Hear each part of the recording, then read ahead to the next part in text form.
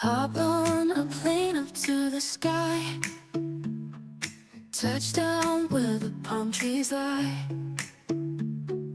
Paris nights and Tokyo lights. Chasing dreams, feeling so high. Travel all around the globe.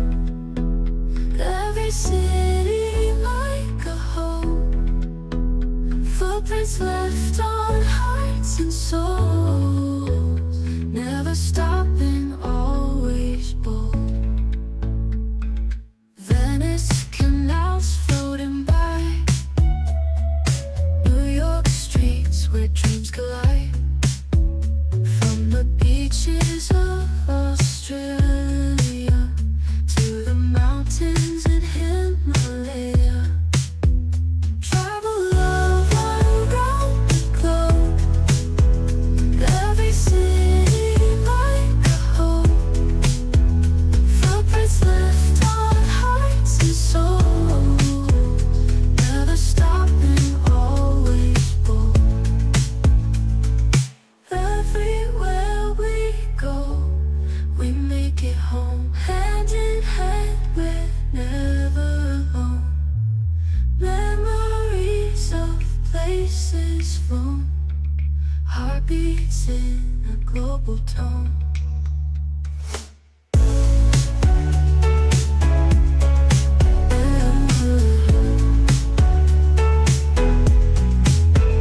Travel all around the globe. Every city like a home. Footprints left on hearts and souls. Never stopping, always bold.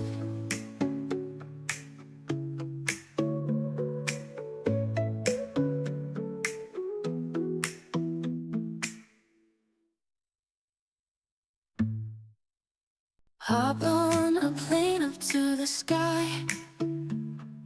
Touchdown where the palm trees lie. Paris nights and Tokyo lights. Chasing dreams, feeling so high. Travel all around the globe. Every city like a home. Footprints left on hearts and souls. Never stopping, always bold. Venice canals floating by. New York streets where dreams collide. From the beaches of Australia to the mountains in Himalaya. Travel all around the globe. Every city like a home. Footprints left on hearts and souls. Never stopping, always bold. Everywhere we go, we make it home. Hand in hand, we're never alone. Memories of places flown. Heartbeats in a global tone.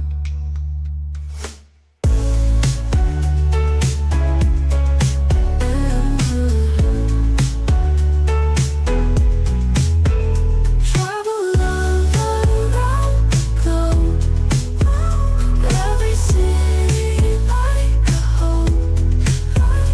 Footprints left on hearts and souls. Never stopping, always bold.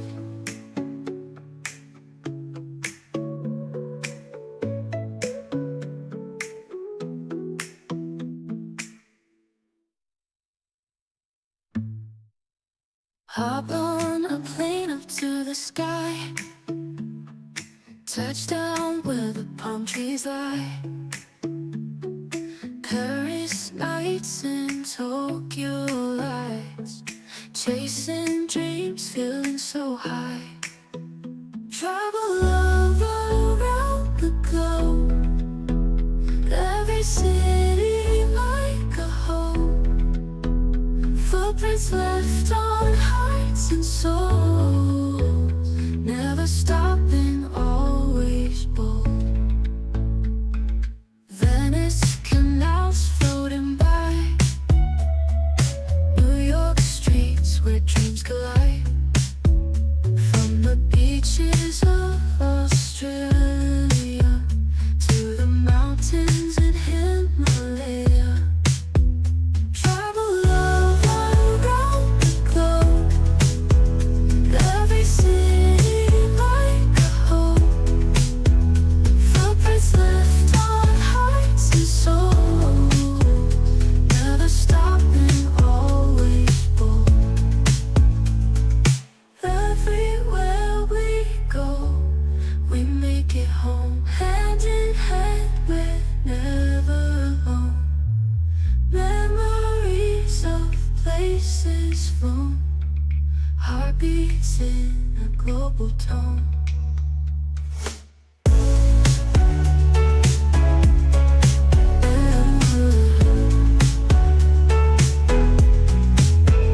Travel all around the globe, every city like a home, footprints left on hearts and souls, never stopping, always bold.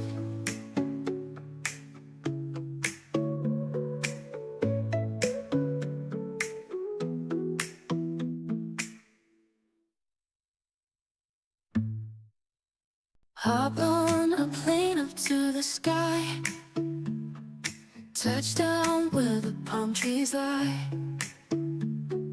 Paris nights in Tokyo lights, chasing dreams, feeling so high. Travel all around the globe, every city like a home, footprints left on hearts and souls, never stopping, always bold. Venice canals floating by, New York streets where dreams collide. From the beaches of Australia to the mountains in Himalaya, travel all around the globe, every city like a home, footprints left on hearts and souls, never stopping, always bold. Everywhere we go, we make it home, hand in hand, we're never alone. Memories of places flown, heartbeats in a global tone.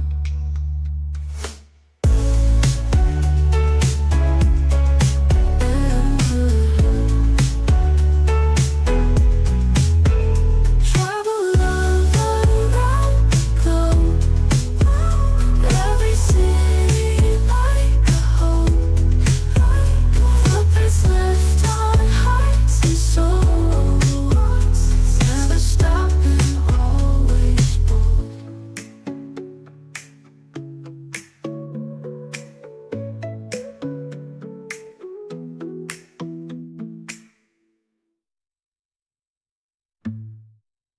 Hop on a plane up to the sky, touchdown where the palm trees lie.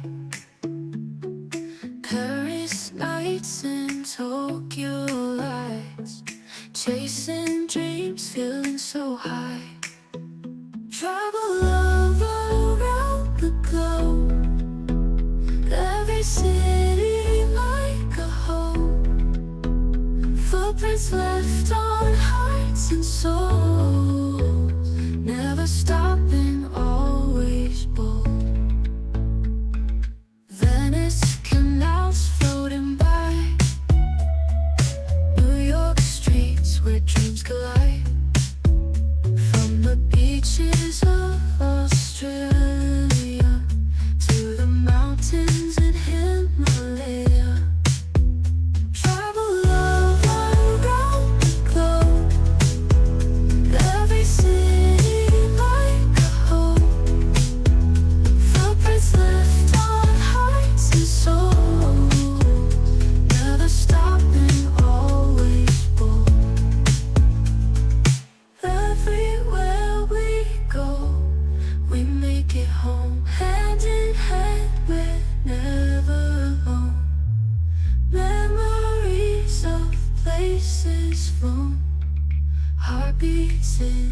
global tone.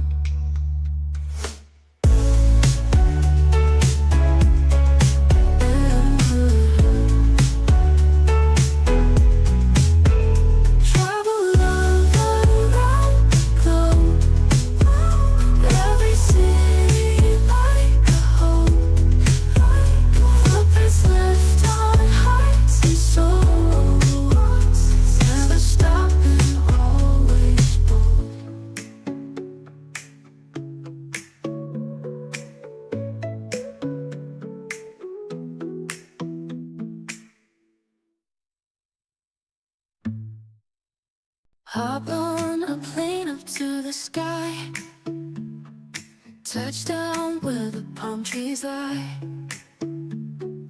Paris nights and Tokyo lights, chasing dreams, feeling so high. Travel love around the globe, every city like a home. Footprints left on hearts and souls, never stopping, always bold. Venice canals floating by, New York streets where dreams collide. From the beaches of Australia to the mountains in Himalaya. Travel love around the globe, every city like a home. Footprints left on hearts and souls, never stopping, always bold. Everywhere we go, we make it home. Hand in hand, we're never alone. Memories of places flown, heartbeats in a global tone.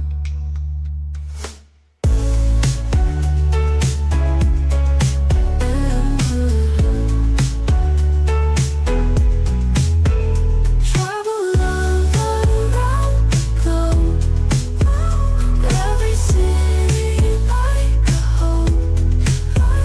Footprints left on hearts and souls, never stopping, always bold.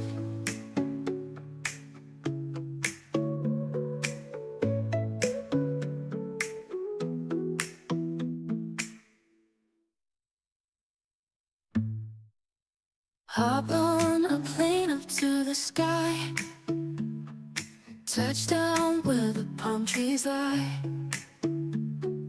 Paris nights and Tokyo lights, chasing dreams, feeling so high. Travel love around the globe, every city like a home. Footprints left on hearts and souls, never stopping, always bold. Venice canals floating by, New York streets where dreams collide. From the beaches of Australia to the mountains in Himalaya. Travel love around the globe, every city like a home. Footprints left on hearts and souls, never stopping, always bold. Everywhere we go, we make it home. Hand in hand, we're never alone. Memories of places flown, heartbeats in a global tone.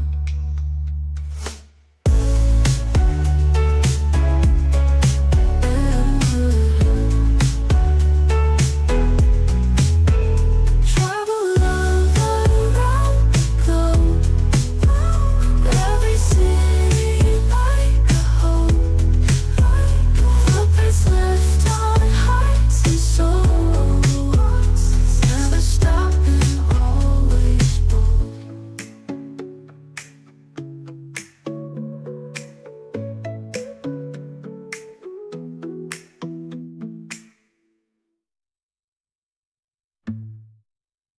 Hop on a plane up to the sky, touchdown where the palm trees lie. Paris nights in Tokyo lights, chasing dreams, feeling so high. Travel all around the globe, every city like a home. Footprints left on hearts and souls, never stopping, always bold. Venice canals floating by, New York streets where dreams collide. From the beaches of Australia to the mountains in Himalaya, travel all around the globe, every city like a home. Footprints left on hearts and souls, never stopping, always bold. Everywhere we go, we make it home. Hand in hand, we're never alone. Memories of places flown, heartbeats in a global tone.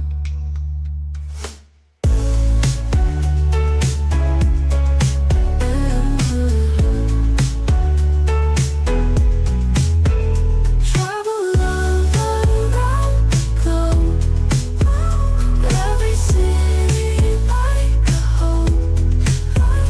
Footprints left on hearts and souls, never stopping, always bold.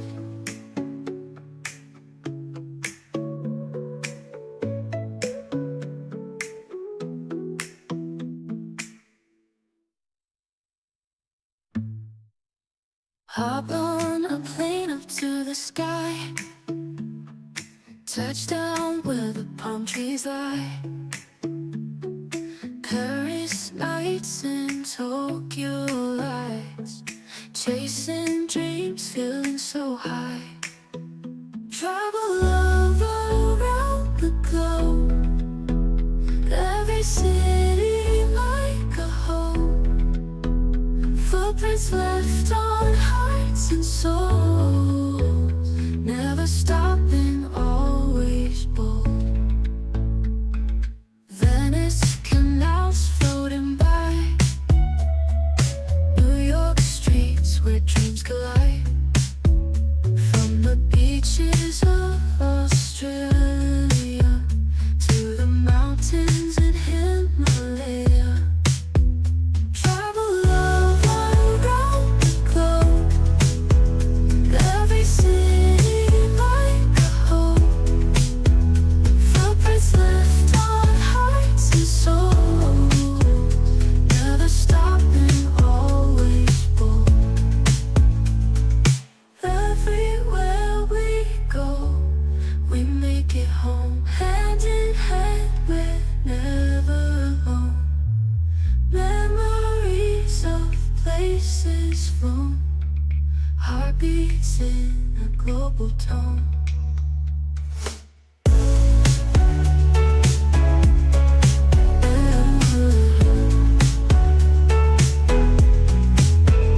Travel all around the globe, every city like a home.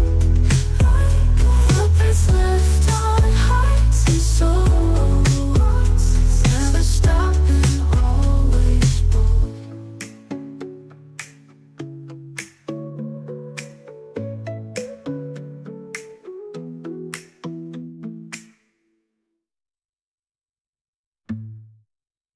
Hop on a plane up to the sky, touchdown where the palm trees lie.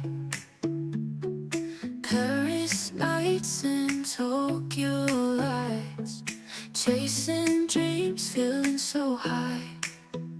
Travel all around the globe, every city like a home. Footprints left on hearts and souls, never stopping, always bold.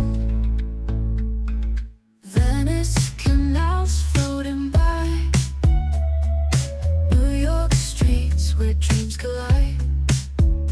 From the beaches of Australia to the mountains in Himalaya, travel love around the globe. Every city like a home, footprints left on hearts and souls, never stopping, always bold. Everywhere we go, we make it home. Hand in hand, we're never alone.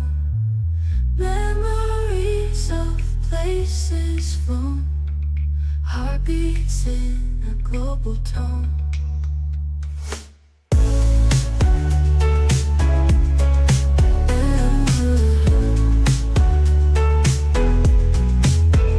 Travel love around the globe.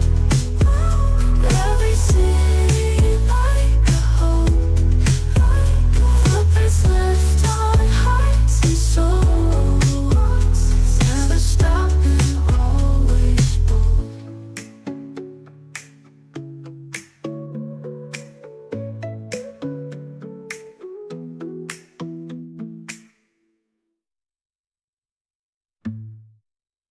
Hop on a plane up to the sky, touchdown where the palm trees lie. Paris nights and Tokyo lights, chasing dreams, feeling so high. Travel love around the globe. Every city like a home, footprints left on hearts and souls, never stopping, always bold. Venice canals floating by, New York streets where dreams collide. From the beaches of Australia to the mountains in Himalaya, travel love around the globe. Every city like a home, footprints left on hearts and souls, never stopping, always bold. Everywhere we go, we make it home. Hand in hand, we're never alone. Memories of places flown, heartbeats in a global tone.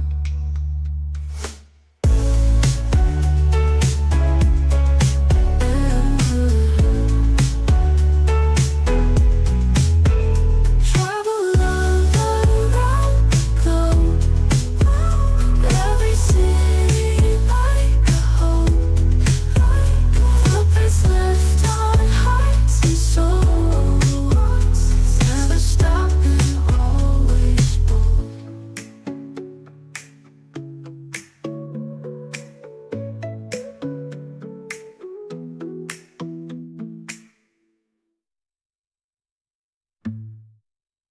Hop on a plane up to the sky, touchdown where the palm trees lie. Paris nights and Tokyo lights, chasing dreams, feeling so high. Travel love around the globe. Every city like a home, footprints left on hearts and souls, never stopping, always bold. Venice canals floating by, New York streets where dreams collide. From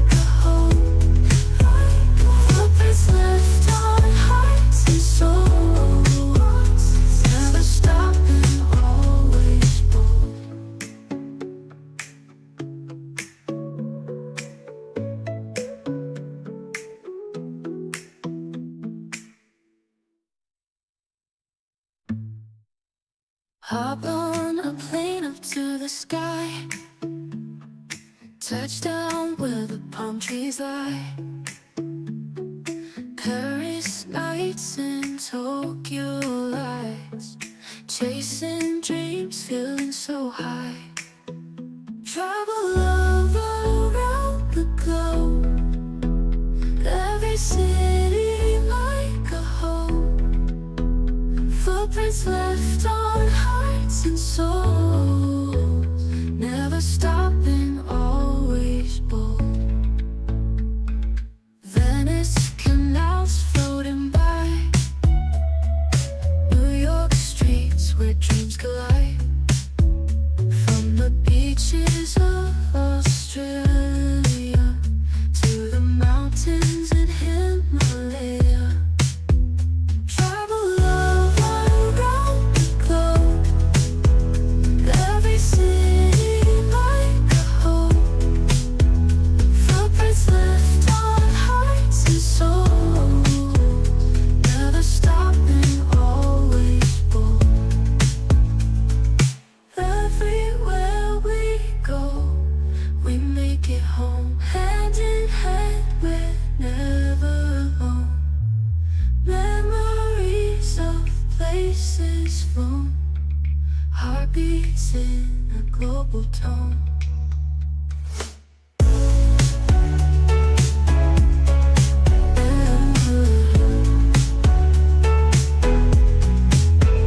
Travel all around the globe, every city like a home.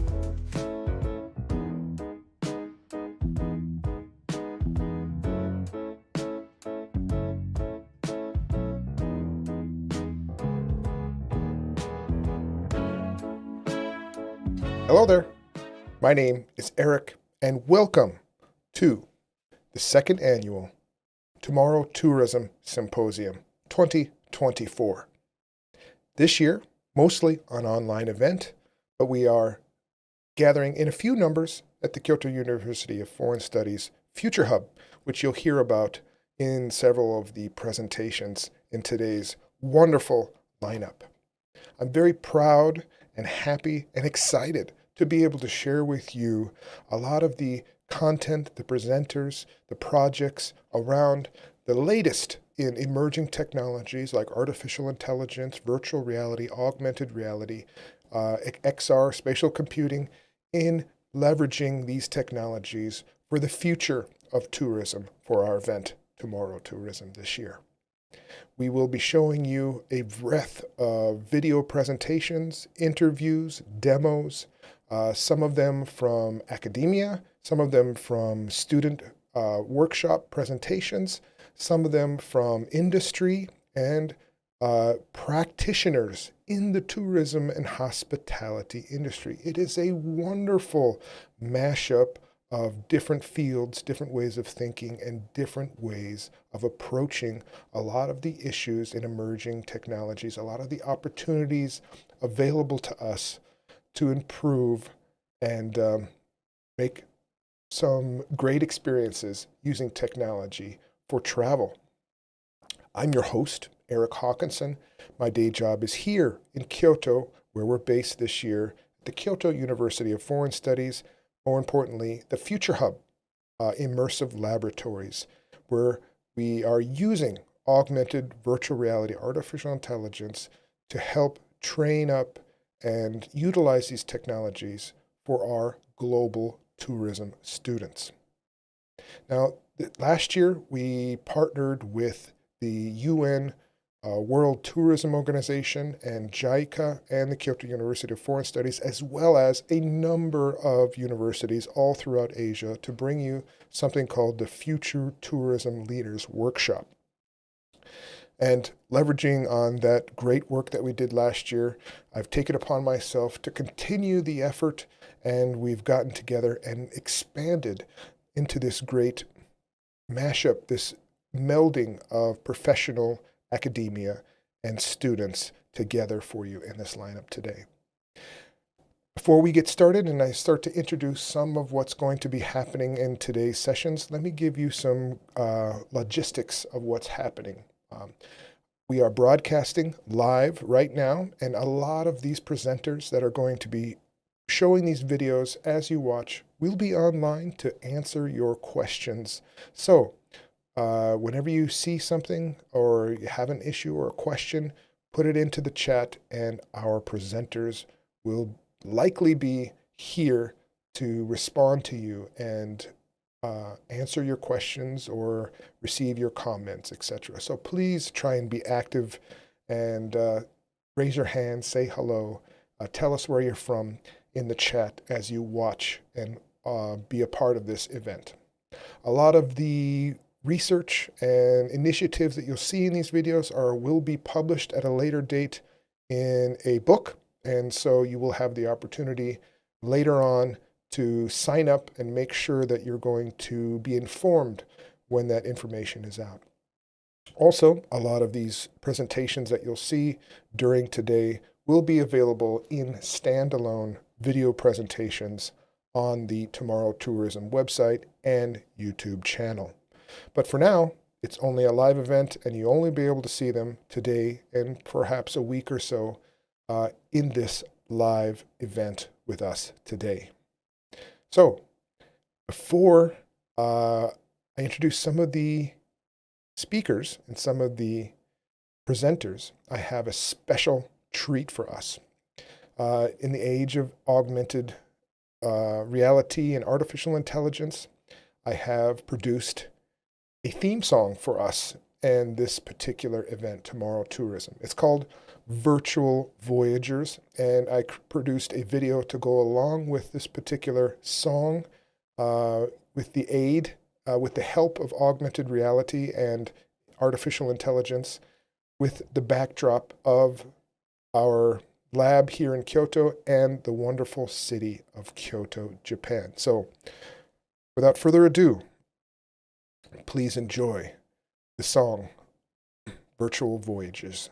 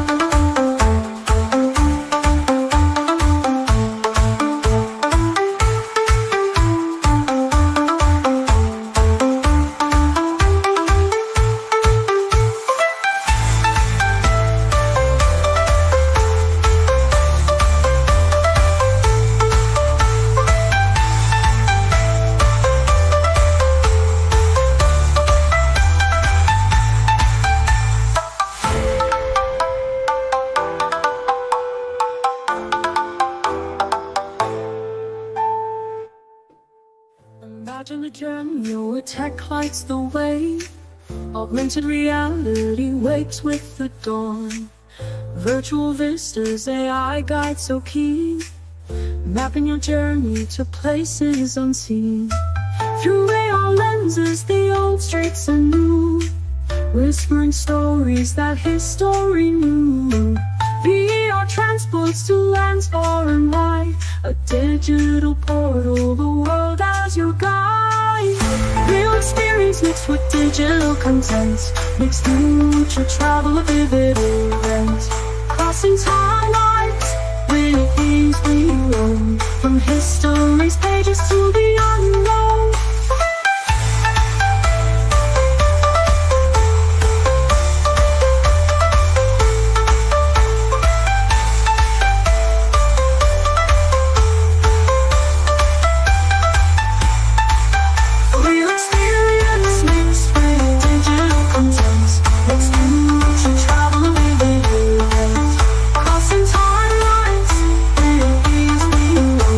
From history's pages to the unknown.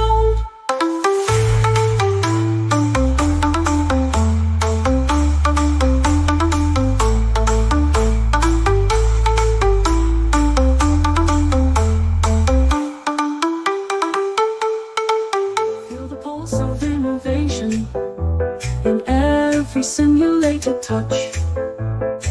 The globe's just a platform, the possibilities are such. Leaders of tomorrow, crafting paths will tread through immersive tales where no one's ever led. Future home the students of cool, crafting virtual tools in a high-tech world. Leaders, thinkers, creators align, shaping the world where technology and travel intertwine. So here's to the future, it's bright and it's now. Join us out tomorrow, and we'll show you how to navigate a world where tech meets travel zone. Moving on the horizon, let the adventure start.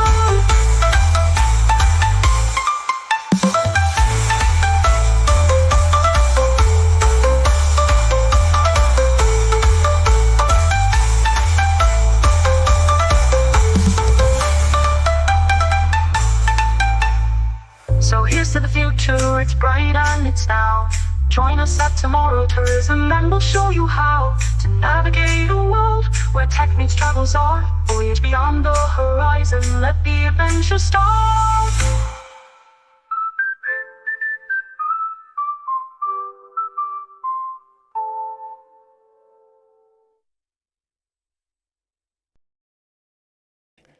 Well, I hope that was enjoyable for you to hear and got you enthused and inspired for these upcoming presentations we're about to watch. Now, some of these presentations are by academia, some by commercial practitioners, and some by students. We're going to hear from Tabemachi Gate in Hiroshima about virtual tours for the Genbaku Dome area in Hiroshima. We're going to hear from people spinning up new XR entertainment zones at the Tokyo Dome City. We're going to hear from a developer creating mixed reality game-based attractions connected to the Tokyo Dome City.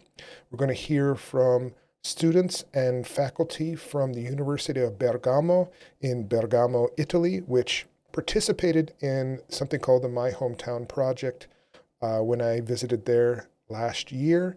And I'm going to give you a presentation about the new iterations of that particular project, the My Hometown Project, as it relates to our research on virtual tourism as an application of virtual training here at the Kyoto University of Foreign Studies. So let's get started watching these presentations, and please ask some questions in the chat, and we'll be trying to level up our interest and have some conversation going as we watch these wonderful presentations. Towards the end, we'll have an opportunity for you to get onto our website and get further information about these research, book, and published videos on these topics. All right, enjoy.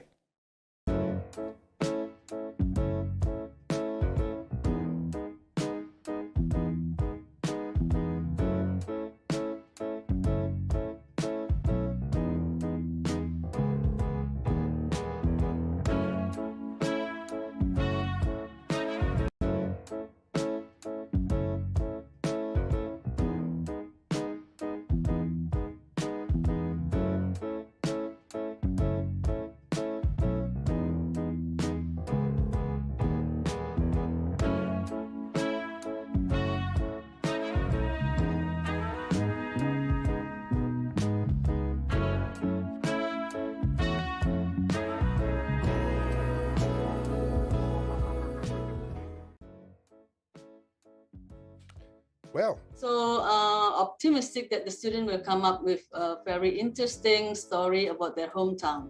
My hometown is called the city above the cloud because the height is about 1,500 meters above the sea level, so it's very high. Move into this next video.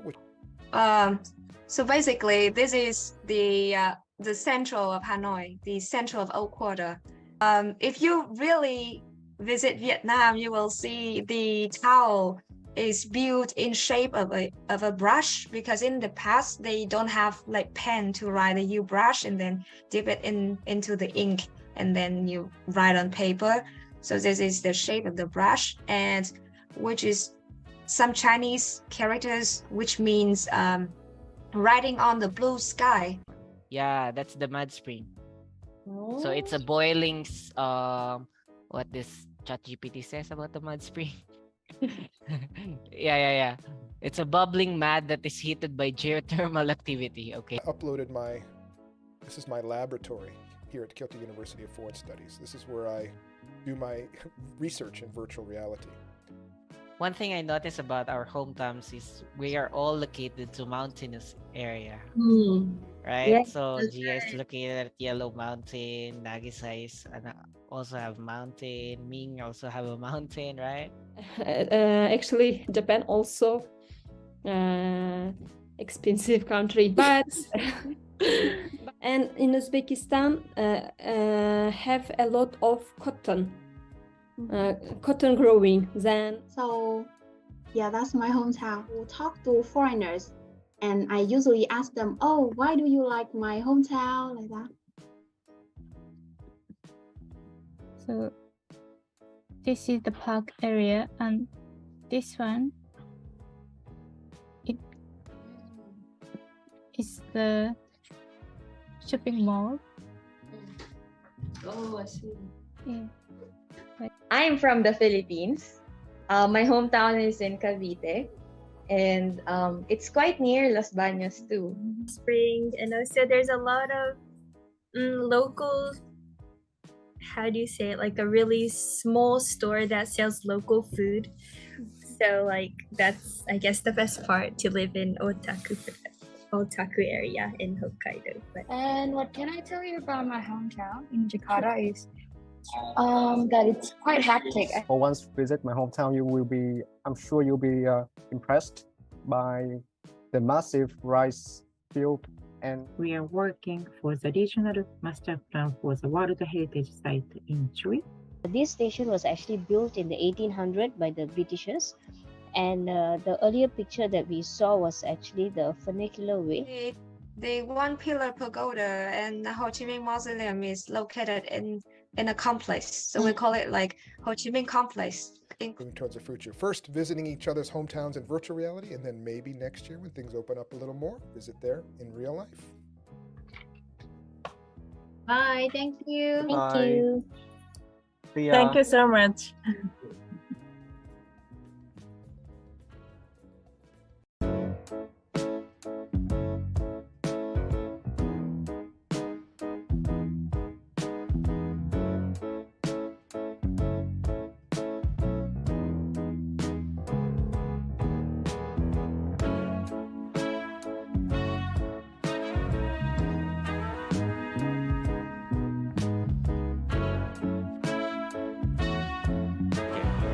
Hello there, I'm Eric here. I'm at AWE Asia here in Singapore. This is a 2024 version, the second year that I'm attending this event.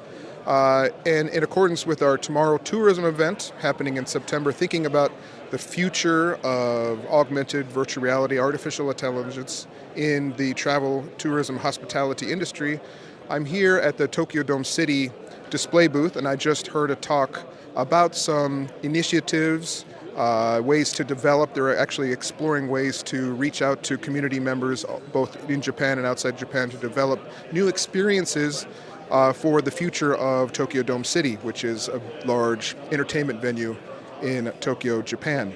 I'm here with Taka. He's one of the main members and one of the few people that agreed to speak to me in English about this particular topic. So I'm going to let him introduce the project and talk a little bit about what he does for the Tokyo Dome City initiative that using augmented virtual reality. Welcome. Hello, I'm Taka from Tokyo Dome. So many people think why Tokyo Dome do the XR things. I'd like to introduce my team.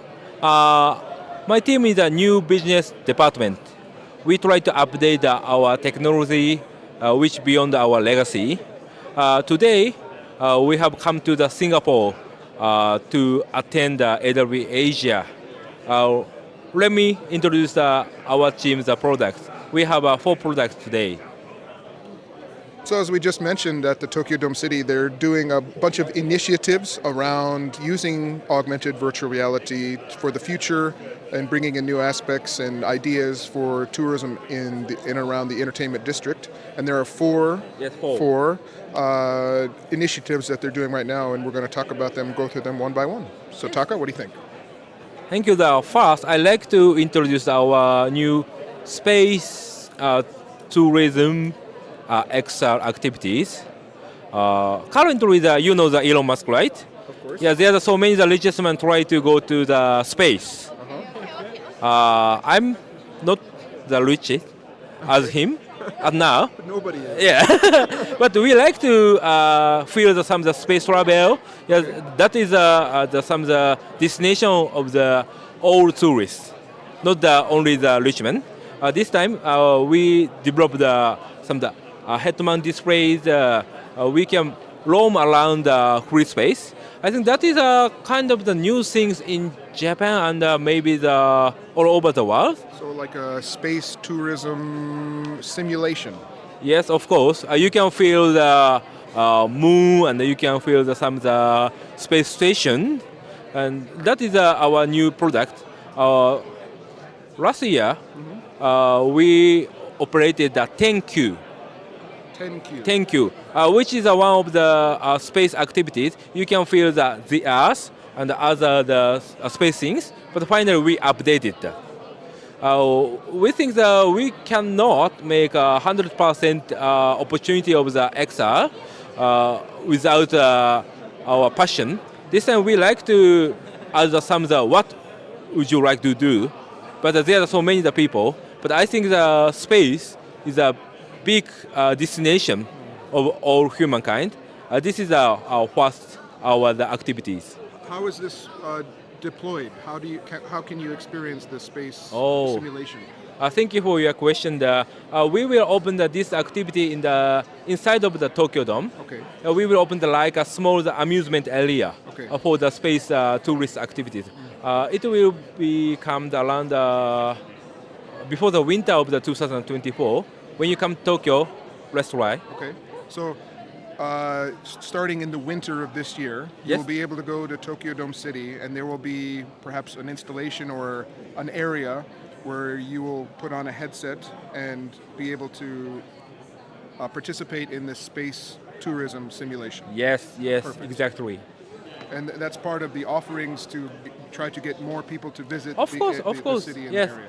Yes, you can go to your friend, and there's some other peoples. You can feel each other. Great. Hi, Eric back again. We're still at the Tokyo Dome City exhibition here at AWE Singapore. We're talking about all the initiatives the Tokyo Dome City is doing to help promote the future of tourism in the area by spinning up some new initiatives using augmented, virtual, and mixed reality. There's a couple other we introduced in this series of videos, but now we're going to introduce one that's more location-based and augmented reality-based. And if you're familiar with our stuff that we're doing at Kyoto University of Foreign Studies, it's very much related to the Reality Labo and location-based stuff related to Pokemon Go that we're doing with our students at the Kyoto University of Foreign Studies. I have with me back again Taka, and he's going to talk about this particular initiative and some of the things involved with it. Taka? Thank you. First and the second story, that is what we have done. I'm going to mention about what we'll do. What we will do. And we like to introduce the Team UD. Team UD is the developing studio, or the developer name. They do everything. There's a 4 member. There is an engineer sometimes. There is a promoter sometimes. They do everything. Yeah. There's a hackathon team, and they make some of the XR game. Yes, this time I like to strongly mention about they utilize Japanese IP, especially the Ultraman. Yes, you know. Yes. Ultraman. Yes. I think there are so many the XR, the VR, MR, the gaming company all over the world. But now we think, what is our strongness? Finally, we think that we should promote my country's IP, not only the Ultramans, but there's so many the opportunity to enhance your product beyond the technology. I think the XR is the latest things, but we think that we should mix and collaborate with legacy. This time we decided to collaborate with IP Ultraman. We hope to collaborate other IP. So we are looking forward to the coming collaboration. Great, thanks. Yeah, IP, especially with XR technology, has in the past been successful. Of course, Pokemon Go is one of the great examples of that. Niantic now partnered with the Pokemon company, did very well. And they also tried other IPs as well, like Harry Potter, Minecraft, Lego, and things like that. And because these IPs are looking for new ways to reach new audiences, it also makes sense not only for tourism, but also to find budgets and possibly medias and things like that to help upscale and bring partnerships to new initiatives around AR and VR. This one particular one, using Ultraman, it's deploying NFC, near-field sensor technologies, as well as heads-up display, augmented reality to guide you around and pretend that you're part of this adventure around the Ultraman intellectual property. And it's also going to be available around the Tokyo Dome City. Another thing to mention, they are the winners of a hackathon this group already put together last year, and I think they're going to do it again next year. And so it's one of the ways that they're trying to gather a community of practice to develop and find new talent and people willing to bring in new ideas and new concepts and to help develop these new initiatives for tourism in this particular city. Anything more to add about this one, Taka? Now I'm going to talk about the last product, because that related to that Team UD.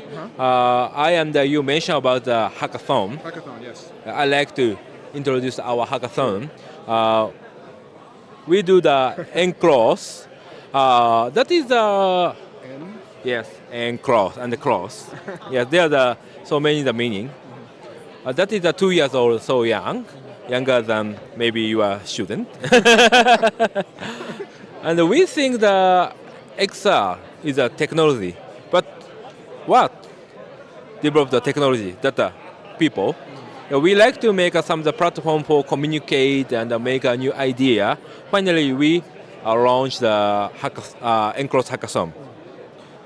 This time, we hosted that N-cross hackathon July 2024. July, okay. Yes. There are so many competitors from all over the world. There are the students, there were the engineers, there were the amateurs. It was so fun. And finally, the Team UD won, got the first place. And then finally they got the opportunity to collaborate with Tokyo Dome in the business side. I think that is I think that is a great opportunity. Yeah, to be honest. And finally, they also got 3 million Japanese yen, 300 万yen. Yeah, I think this is enough money to make another content. But this is not investment. Yeah, of course, it has an aspect of the investment, but I think that is a seed for making a new network and a platform for not only Japanese community, for over the community. I think one of you will join to the N-cross. Yeah, anytime, contact our teams. We plan to do the N-cross start July 3rd. The third event. So you're going to. Yes. This is becoming an annual event. Of course, this is annual. Yeah, we plan to do the next one is July 2025. Okay. I hope to make a much more bigger prize. And this time I invent the Team UD to the AW Asia. I hope the coming champion will become the AW Asia again. Where is the venue for this? Of event? course, Tokyo Dome. Tokyo Dome. Tokyo Dome Hotel. Okay. Yes. At the hotel, Tokyo Dome. Yes. Beautiful. So, last question. So these are some great initiatives at Tokyo Dome City. Have you been approached by other places, either in Japan or out Japan, to kind of model what you're doing, using XR, using AR, VR, collaborating with communities, maybe doing similar things in other places in Japan or other places? Have there been any thoughts about? Because what we do in our research labs, like we have a research lab at Kyoto University of Foreign Studies, we partnered with similar labs in the Philippines and in Europe, and so we can get, in the future, we believe we can have some location-based people playing in Tokyo, but also they're playing together with people in similar labs in the Philippines and in other countries. Has there been any discussion or maybe thoughts about moving this initiative or expanding it out in other places? Yeah, that is a so great suggestion. We should do. But I mentioned that we are still young, 2 years old. Now we are focused on the Tokyo venue. That is also important to promote how Tokyo is important in the XR industries. After that achievement, we will go the world. Okay. Firstly, please come into the Tokyo Dome. Yes, true. Well, thank you, Taka, for talking with me today. It's been a pleasure, and I hope that our students and our community members with Together Learning and the Tomorrow Tourism event got a little bit out of this and see some of the benefits and places others are using the power of augmented virtual reality to help think about and seed the future of tourism in Japan and the world. Thanks, Taka. Yes. See you soon in Tokyo Dome. Tokyo Dome. Bye-bye. Thank you.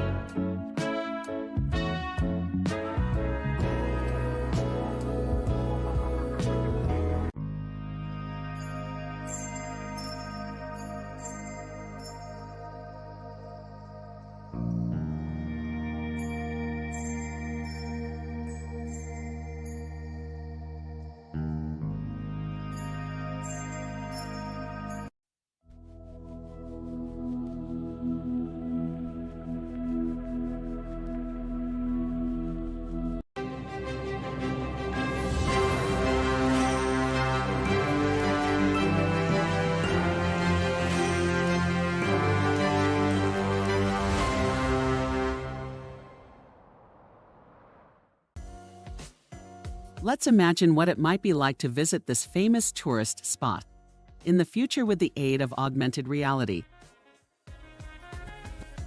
Two people, John and Sarah, arrive at the Kinkakuji Temple in Kyoto, Japan. Both are equipped with augmented reality headsets that allow them to see and hear different things based on their personal interests.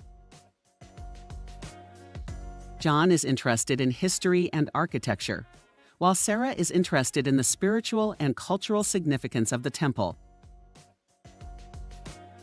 As they enter the temple, John's headset immediately shows him detailed information about the temple's construction and history.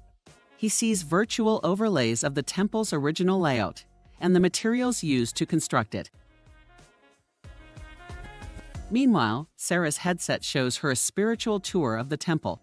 She hears the sounds of chanting monks and sees virtual overlays of the temple's important spiritual locations. She learns about the significance of each location and the rituals associated with them. Sarah is also able to participate in a virtual meditation session that helps her connect with the spiritual energy of the temple. As John and Sarah move through the temple, they continue to experience different tours based on their personal interests. John's headset shows him details about the temple's restoration after it was destroyed by fire, while Sarah's headset shows for the beautiful gardens and how they represent the harmony between nature and human creation. Although John and Sarah are physically in the same location, they are experiencing completely different tours based on their personal interests and the information provided by their augmented reality headsets. The technology has allowed them to create their own unique and personalized experiences at Kinkakuji here in Kyoto, Japan.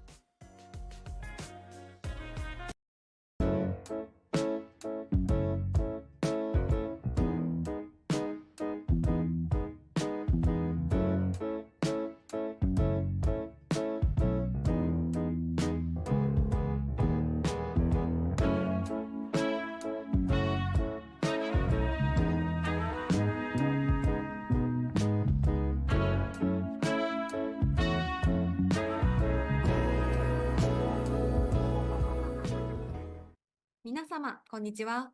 広島の旅行会社旅まちゲート広島で働いています、増重桃香と言います。今日は広島の平和公園で実施していますピースツアーについてご紹介させていただきます。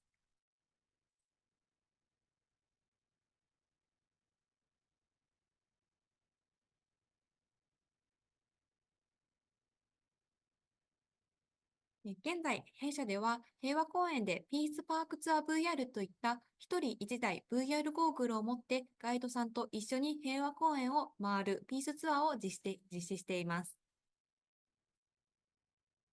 本日紹介させていただく流れはこのようになっております。まず、ピースパークツアー VR とはといったご説明になりますが、こちらの VR ツアーは平和公園でガイド付きのツアーとして運営しており、一人一台 VR ゴーグルを持って体験するのですが、映像の中には被爆前の広島の街並みから現代に移り変わる広島を実際に自分が没入して体験できる体験型のピースツアーとなっています。現在、個人ツアーとして毎日再考しており、国内、海外、また学生、法人と問わず、団体ツアーも実際に利用していただいております。現在、VR ゴーグルの台数は100台ございまして、1回転で100に回せますので、2、3回転になりますと300人程度で回した実績もございます。こちらのツアーの発着地なんですけども、平和公園の真ん中にあります被爆建物、広島平和記念公園レストハウスを発着としたツアーとなっております。こちらにつきましても、現在海外の方の、来訪者数が多い、観光施設となっております。まず VR ツアーのルートにつきましてですが、ガイドさんと一緒に約60分かけて平和公園を回るツアーとして運営しております。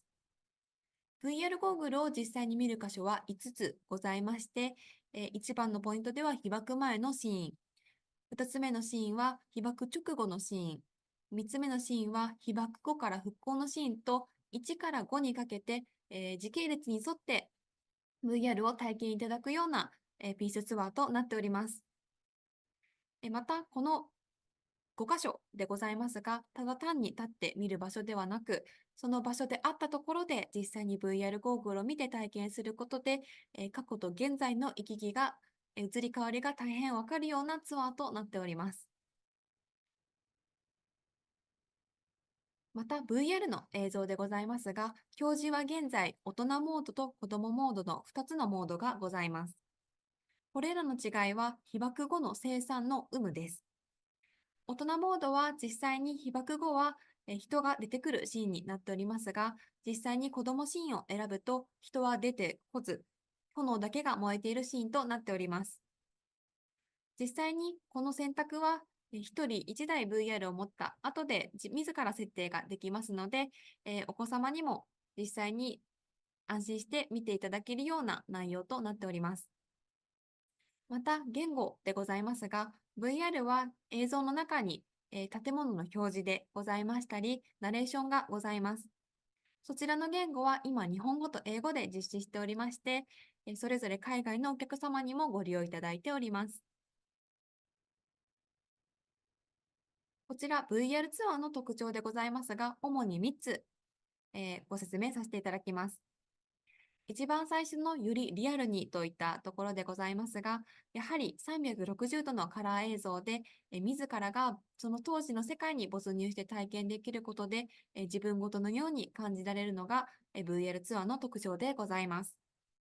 また、被爆後のシーンだけではなく、被爆前の当たり前にあった広島の日常でございましたり、被爆から2ヶ月後のシーンを含んだりと、広島の人々の力強さっていったところも映像を通して感じられるツアーとなっております。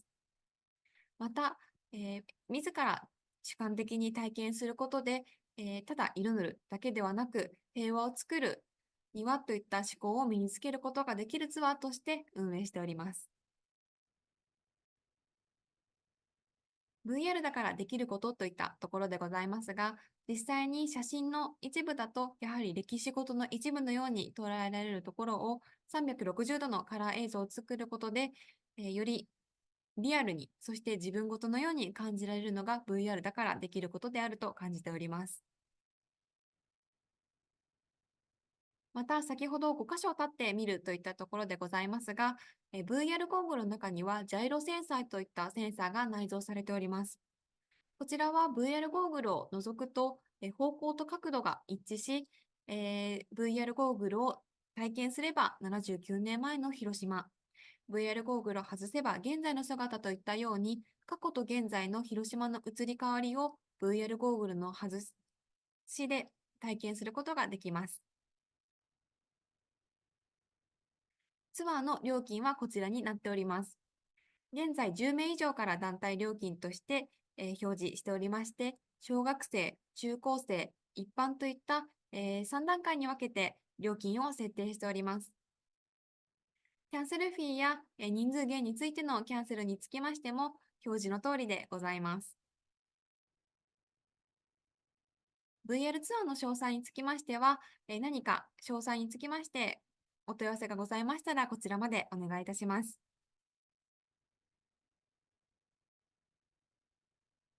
それでは実際に VR ツアーの様子を撮りました動画がございますので、そちらをご覧ください。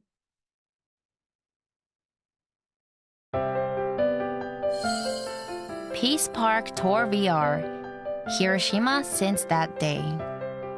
This tour takes you around the Peace Park where you can watch through VR goggles that replicated Hiroshima's historical cityscape based on the testimonies of atomic bomb survivors and photos from the time. It will make you time travel to that era. A streetscape around the current Peace Park before the bombing, that day when Hiroshima turned to a burnt-out plain, and the current state of the city. You will experience a long journey of Hiroshima through VR goggles.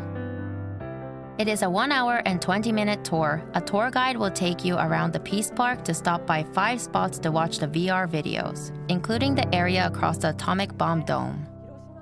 Let's experience the VR at the first spot.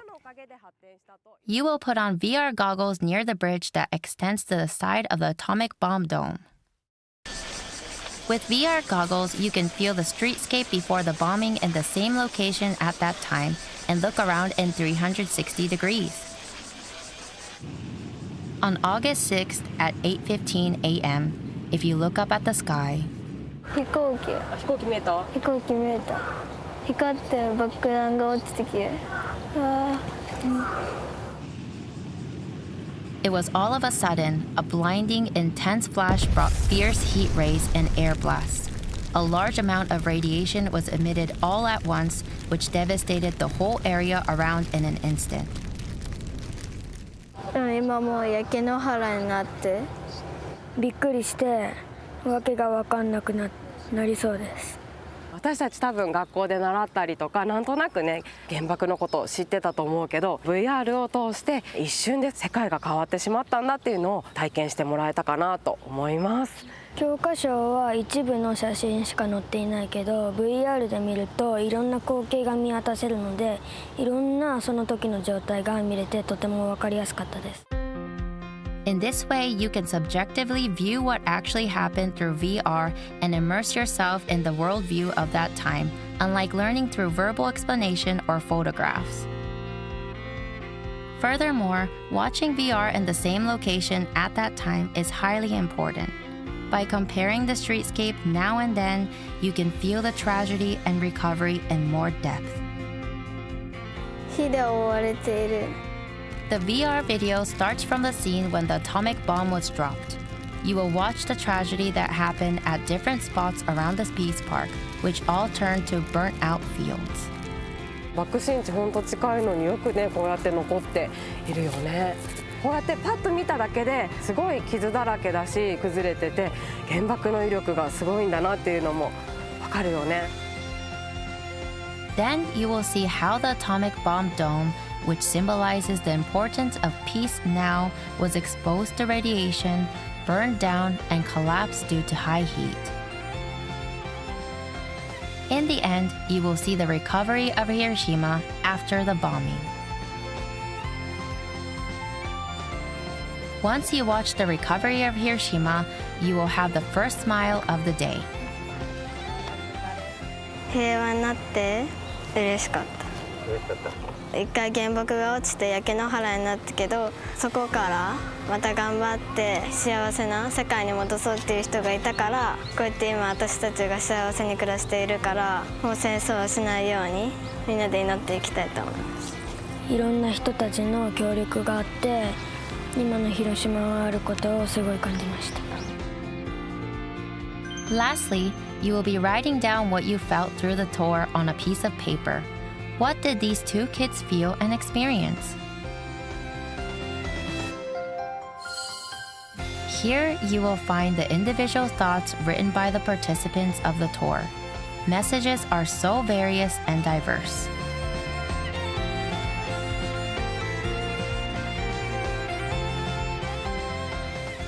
原爆ドームを知らない人にもっと伝えていきたい。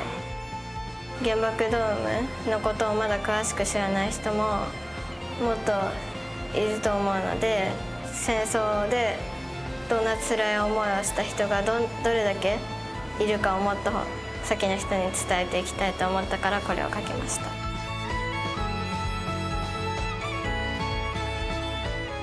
慰霊碑から原爆ドームを見て、過去から未来につなげる様子。建物でみんなの思いを伝えていくことで、海外の人や他の県の人にも伝えていって、とてもいいと思ったからです。VR でよりよく、より印象的に感じることができました。You will experience it instead of learning it. It connects everyone's thoughts to a future where we shall not repeat the past. That is the Peace Park Tour.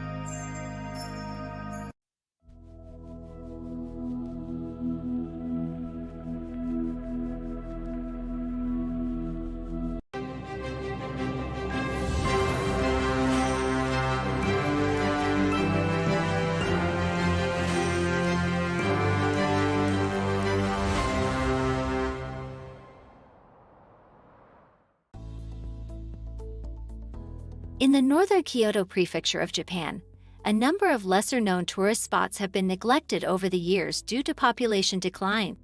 Many of these locations were once popular with tourists, but as the local population shrank, the resources needed to maintain them dwindled. However, in recent years, immersive technologies like photogrammetry, digital twins, and augmented reality have provided a way to bring these locations back to life. Using these technologies, visitors can now experience these locations as they appeared many years ago. Photogrammetry, for example, is a process that uses a series of photographs to create a 3D model of an object or location. This allows visitors to see what these locations looked like in the past before they fell into disrepair. Digital twins take this concept even further, creating virtual replicas of these locations that visitors can explore in great detail. This technology allows visitors to interact with these locations in a way that would not be possible with physical visits alone, as the digital twins can provide a level of detail that is simply not possible in the real world. Finally, augmented reality can overlay digital information onto the real world, allowing visitors to see and interact with digital information as they explore these locations. This technology can provide historical information, fun facts, and other information that can enhance the visitor experience and bring these locations back to life. With the aid of these immersive technologies, tourists are now able to experience these lesser-known tourist spots in a whole new way. They can explore the history of the area, learn about its cultural significance, and experience the beauty of these locations as they appeared many years ago. This not only helps to bring these locations back to life, but also provides a unique and memorable experience for tourists who may be looking for something off the beaten path.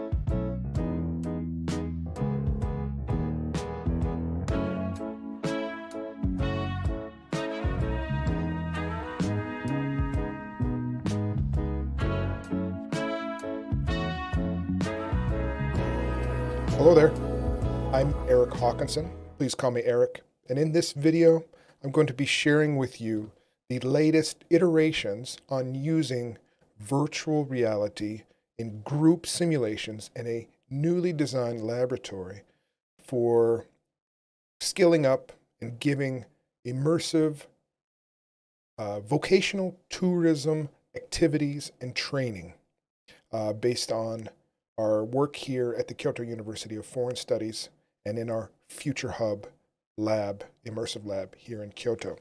And as a part of our ongoing efforts to support tourism training using XR technologies, using immersive learning, I hope this latest iteration and the new software and equipment that we've designed for this will be of value to you, especially those in immersive learning and those connected to the tourism and hospitality industry. I'm Eric. Welcome to this video.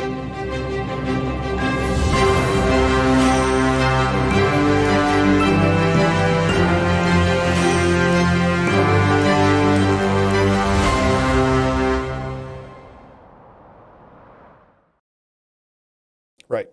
So this presentation entitled Bridging Theory and Practice, Immersive Technologies in Vocational Tourism Studies. My name's Eric and I work at the Kyoto University of Foreign Studies and I teach several classes for our global tourism department, and most of those classes are in connection or at the intersection of technology, mainly emerging technologies like artificial intelligence, virtual reality, augmented reality, and tourism and hospitality. And since 2018, since our department's inception, I have helped curate, upgrade, iterate on our curriculum and try to keep it up to date with the latest of technologies, mainly using virtual reality to help our students train up, skill up, and get practical knowledge and skill for a future career in the tourism and hospitality sector. So this particular problem that we're looking at, especially here in Kyoto, Japan, where we're based, is sometimes it's called revenge tourism or over-tourism. During the pandemic, tourism was down over 95%. The local economy was obviously hit hard because of it. But as the restrictions were lifted, and also with a couple of other things happening here in Japan, there is a weakening yen. So the price of coming to Japan has become quite attractive, especially if coming from the United States or European countries. Your euro, your dollar will go much further on a trip to Japan.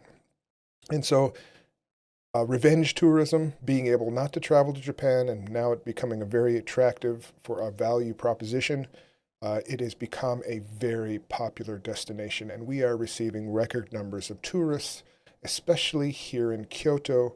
That is one of the top tourism attractions in Japan. So not only is there an over-tourism problem, but there is a concentration issue, meaning people are coming at the same times of year, they're going to the same places at the same times, and these are leading to a multitude of issues connected to tourism, things like trash collection, local buses being overcrowded, and locals not being able to, commute to work as they would otherwise, or having prices go up, inflation being drawn because of the increased amount of people doing specific things at specific times. And so both of these issues can possibly be alleviated, addressed, made a little more sustainable by deploying immersive technologies like virtual and augmented reality. And I'm going to try my best to explain how we're trying to leverage these technologies for this specific issue. But that's the overall tourism problem of it. There's one specific problem that I'm looking to give for pedagogically, thinking in educational context for our students at the university. And that is especially in tourism training. A lot of our students want to go in, for example, the airline business or hotel restaurant management, etc. And what they need more than anything is a lot of practical experience. And sometimes that's not the easiest thing to do in a university academic setting where we have certain times that we meet, only a certain amount of class hours, and giving extra practical experience usually has to go into the extracurricular activities like internships or study abroad programs, etc. So actually being able to do these types of things in a classroom setting can also be helped with these technologies. And this particular initiative that I started in 2018, which I'll explain in this video, I think also starts to address this particular problem of being able to give students practical experience in a classroom setting, especially in higher education. All right, so how am I going to address these issues? This is in Japanese, but I'm explaining it as I go along in English too. So if you're an English speaker, don't worry, I'll explain everything. A lot of our audience in watching this video is Japanese, so I thought I'd help them out with my English with the Japanese writing. So anyway, I explained what the problem is. So how are we going to address that problem? So I'm going to use technologies to give some problem-based issue. So we're going to frame it to students and say that you're going to try to use this technology. You're going to be completing these exercises. You're going to be going through a set of tasks with the aim of helping Kyoto's tourism concentration issue in mind. Also, they're going to be working in groups and simulating actual things that are happening as far as guiding tours, creating tours, making tours sustainable, and making them so they do not, exacerbate this concentration issue moving forward. And so thinking about all of those things, we've created an intervention, meaning an assignment, a project, an initiative with the help and aid of specific made software and hardware installations by myself to put students through a particular training regimen for the specific two issues that I put forward. The main initiative for this is called the My Hometown Project. It started in 2018 during the inception of our global tourism project or program here at Kyoto University of Foreign Studies. And it started as a way to onboard volunteer students that were doing something called the Follow Me project, where students studying tourism would volunteer to go down to Kyoto Station, which is the main station here in Kyoto, one of the more bigger ones in Japan, and volunteer to take and guide groups of tourists, usually from an English-speaking country that didn't speak Japanese, around the city and translate, guide, and give some local knowledge and curation of specific places and things. To onboard them, usually because they're very nervous or not so confident in their abilities, they hadn't really created a tour before, they hadn't given a tour before this. And so I thought that putting the students through a workshop where they would create a virtual tour of their hometown where they are already the expert and go through the steps of designing, curating, thinking about where to go, what to say, what to do, how to explain and point out things would be a confidence builder for them and a great scaffolding onboarding activity for the students going into this and maybe get more out of the experience of actually their first time actually trying to be a guide for guests in Kyoto City. So the My Hometown project was born at that time, and we were doing several different small initiatives around that. And since then, it's grown into something very beautiful. It's one of the more rewarding and engaging projects I've ever created. So the main goal of this project was to try to leverage the power of virtual reality, augmented reality in tourism context and educational context. And it's become something of a cultural exchange platform as well, to share stories, to learn a little bit about storytelling in these new immersive medias. So students are creating their own personal tours, creating that. So rather than give the whole spiel, why don't I quick show you a promotional video for the My Hometown project that explains a little bit about its inception and what it does.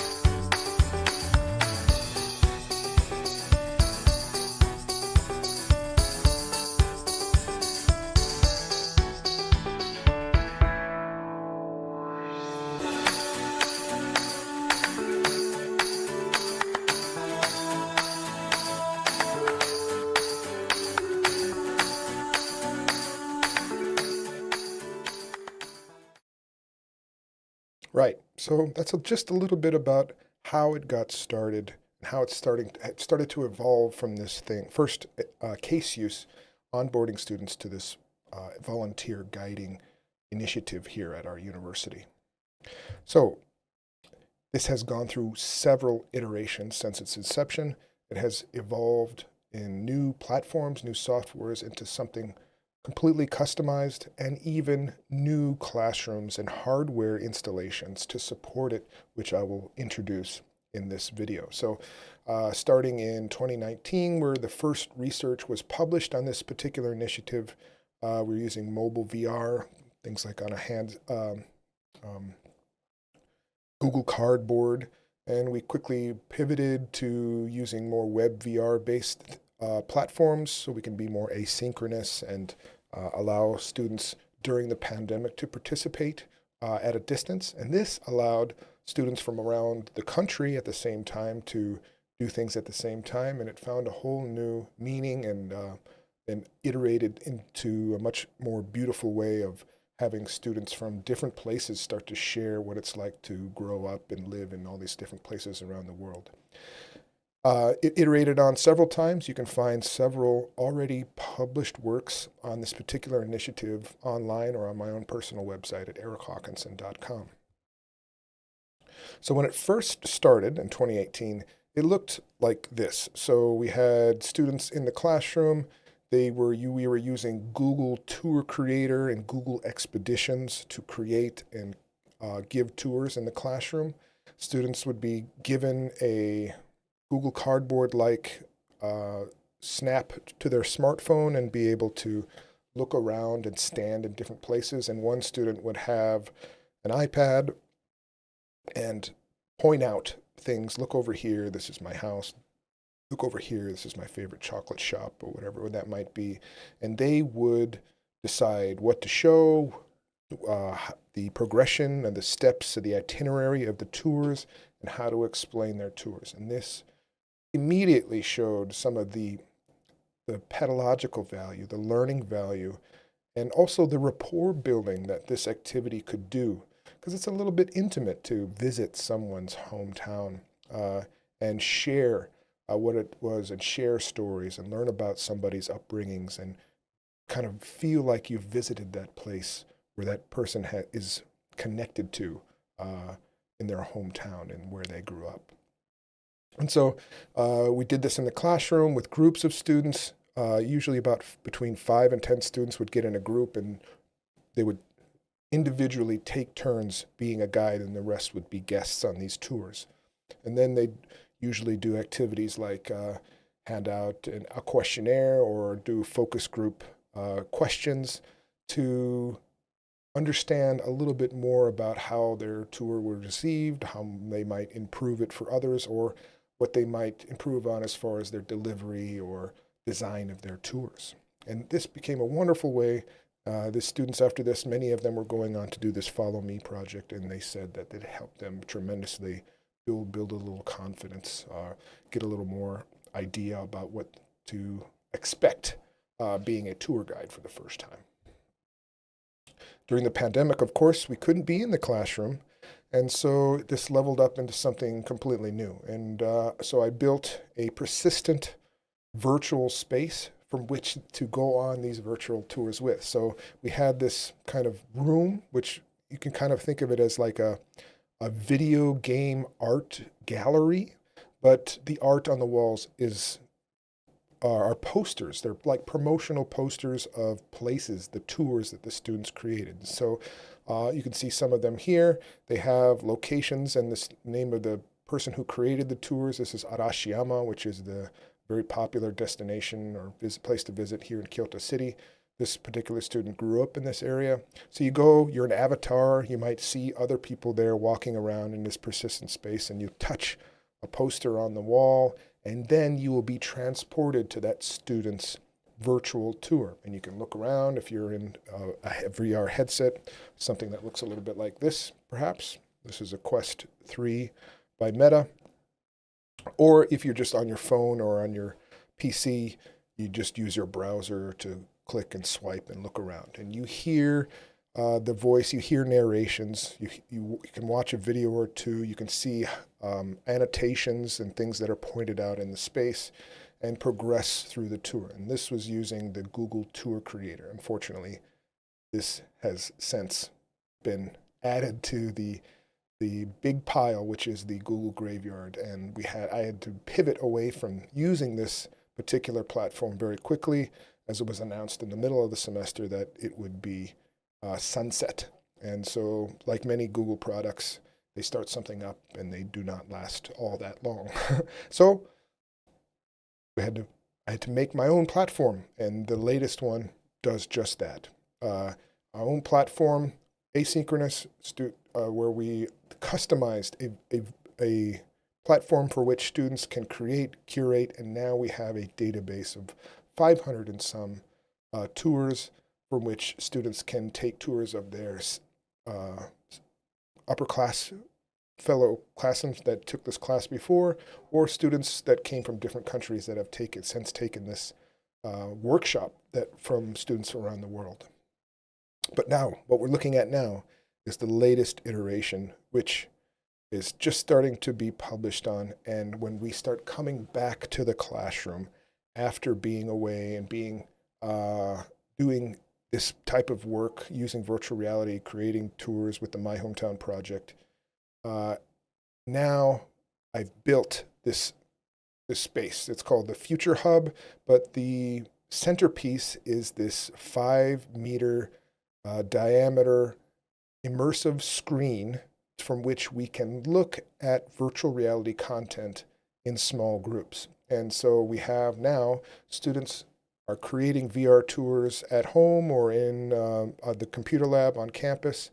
And then we're coming together in this space and giving tours to small groups of people at the same time without the need of virtual reality headsets. Virtual reality headsets are great for things like presence and immersion, but tours are a very human interaction heavy activity. So this is perfect for leveraging virtual reality content and being able to iterate and rapidly prototype different types of tours, but also have a bit of that human interaction that's required and needed to be practiced for this particular skill, this particular activity. So the Future Hub and the Youth Theater designed not specifically for the My Hometown project, but it was heavily in mind when this was designed. So we get students back into this. So we have the software of the My Hometown project, and we have the new Youth Theater and Future Hub that are now combined for the latest trials, the latest iteration that we are going through with our students in this particular effort to upskill for tourism and hospitality. So in doing this latest iteration, we've had students come back again after they've created hometown tours, and we put them into groups. And each group was given a location that's a little bit off the beaten path of perhaps in Kyoto Prefecture. Kyoto Prefecture is a prefecture and a city. So the city is the population center. Think of it kind of like New York, but there is a whole slew of possible tourism destinations that are a little more in the countryside, a little up the coast, perhaps on the coast to the Sea of Japan, or south of Kyoto City in the mountainous areas. And so these are the places that want more tourists, that want to be more involved in the tourism gains economically, but are not visited as heavily. So we can kind of leverage that. This is what we were thinking of when we were thinking about the concentration issue. We can take some of these places that would have a little more capacity, have a little more want to engage with international travelers or even domestic travelers. But with this space, we're asking students to prototype and iterate on possible offerings and tours and activities and itineraries and budgets around these new locations. And so we get them in groups, and they're working together to think about possible new businesses around the tourism and hospitality industry for these little lesser known locations around Kyoto Prefecture. So we're hopefully also doing a service for our students, but also the Kyoto community at large, and also the tourism and hospitality industry in our area. So this latest iteration had 120 so participants do these new business simulation tours. There was a survey that got put out. We did some focus group testing, and this research will be published this year. But I can share with you some initial reactions to this activity. So we can tell that the data that was collected also says a lot of the same things that we were getting back from earlier iterations of this research, that there's rapport building. There is a feeling that they gained some practical experience by going through the steps of designing, creating, and giving tours. But now that we have these issues of face-to-face, now we're getting into even more deeper instances that seem like that's closer to a simulation of a real tour, and students having to overcome impromptu ad-lib situations that might happen in a real tour that's giving them some strife, some challenge, some issues that perhaps wouldn't happen with a presentation if they were giving it, if they were trying to go through the motions. And this, overcoming these challenges, these strifes, these impromptu ad-lib situations, has exacerbated that feeling that they might have a better chance. They might have the skills they need. They feel like I have a little more confidence going into designing, creating, curating, and being a tour guide moving towards the future. So I think we're starting to, with this latest iteration, really start hitting hard on these problems, which I mentioned at the top of this video. The students that went through this were highly satisfied with the activity and with their own accomplishments in this particular activity.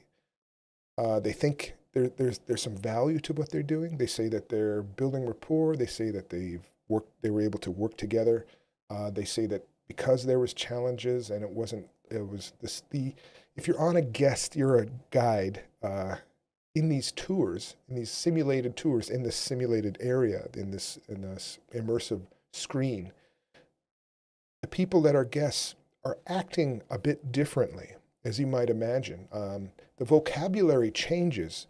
The way people walk around and just integrate and interact with each other is slightly different than perhaps sitting down and watching or listening to someone present and maybe give a PowerPoint presentation. And therefore they have to, as guides, react, change what they're doing, and go along with the flow rather than have an exact promptu. They do have their scripts about what they want to say about a location and where to go, what to do, but there is a lot more needed in the realm of addressing questions, understanding what the guests on the tour are doing, and responding to what they do. And so we have ideas of increased engagement, an idea that the guests feel like they're actually traveling there. They have a better idea what it might be to actually physically go there. And students have an increased level of confidence in tour guiding because they have, like I said, overcome some of these challenges. And so a lot of promise, and I'm very optimistic about this particular project as it iterates and now is mixing realities and prototyping possible tour businesses that will help actual tourism in our area. So, some key takeaways. There's enhanced experiential learning happening here. It's closer to the real thing. But it's also in a controlled environment. So there's a nice step between being thrown in and being a tour guide and designing a tour, and rapidly prototyping something and being able to improve and get a better idea what you might do, say, or plan for a real tour.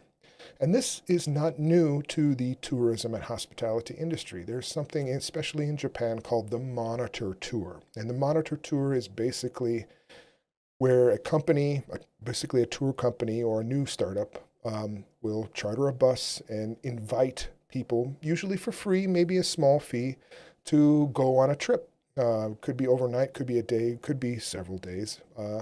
But people will, from the company or the people that are designing the tour, will go along. They'll watch and observe people interact. They'll give out questionnaires or do interviews during and after the process to kind of figure out how the experience goes, work out some logistical issues, test out different places, venues, and things like that, going to and from, and everything like that. And so it's a way to prototype a tour business going forward. And this space that I think can rapidly prototype and streamline that process, this monitor touring process moving forward. We have some hints at some possible challenges to overcome still with this particular intervention and using this technology, but I'm still very optimistic and I'm still very proud and happy the way that this project has been evolving over time. And now that it's moving on to things like other countries, other institutions, other universities have started to take on this project, and we're seeing now a collection of tours from all over the world increase, and it's become this beautiful way for our students, travelers, to exchange stories of where they grew up. And now you can hop into a town in countryside Japan, or in the middle of Indonesia or China or Australia, or now a nice collection of tours from grad students in Italy.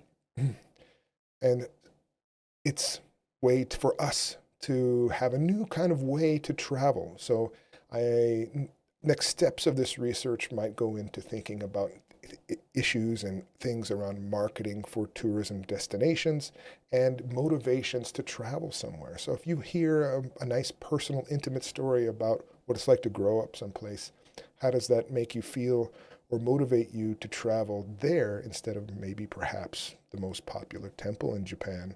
If you've heard a nice story about a very small chocolate store in the middle of nowhere next to where somebody grew up, does that make you want to not go to that most popular place and maybe go down the road less traveled?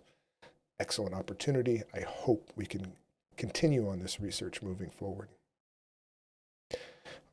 Before I let you go, I'm just going to share a quick little video of an example of some of these student hometown tours. Enjoy.